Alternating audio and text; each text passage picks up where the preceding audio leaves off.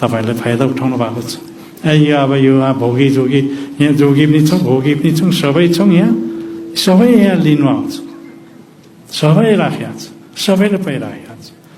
होइन हो, हामीले त मकै फल्यो त, अनि गुरुको लागि अलिकति छुट्याउनु पर्ने हो, कहाँबाट लगिदिउँ भन्छ। अब यो लिएर खाने त कुरै आएन त, कहाँ गइन्छ कहाँ बसिन्छ थाहै हुँदैन। त्यसले गर्दाखेरि तपाईँहरूले अब अन्नको सह चाहिँ लगेर जानु। तपाईँहरूले अन्नको सह सफा रुमालमा थापेर लानु, सफा रुमालमा थाप्नु लानु र तपाईँले अन्न बीजसँग मिसाएर तपाईँहरूको बारीमा हान्नु। अनि तपाईँहरूको बारीहरू मरेको छ भने जाग्छ, कुनै बारीहरू त मार्छ सबै मान्छेले, त्यस्तो फटाहरू पनि बुझाउँदैन।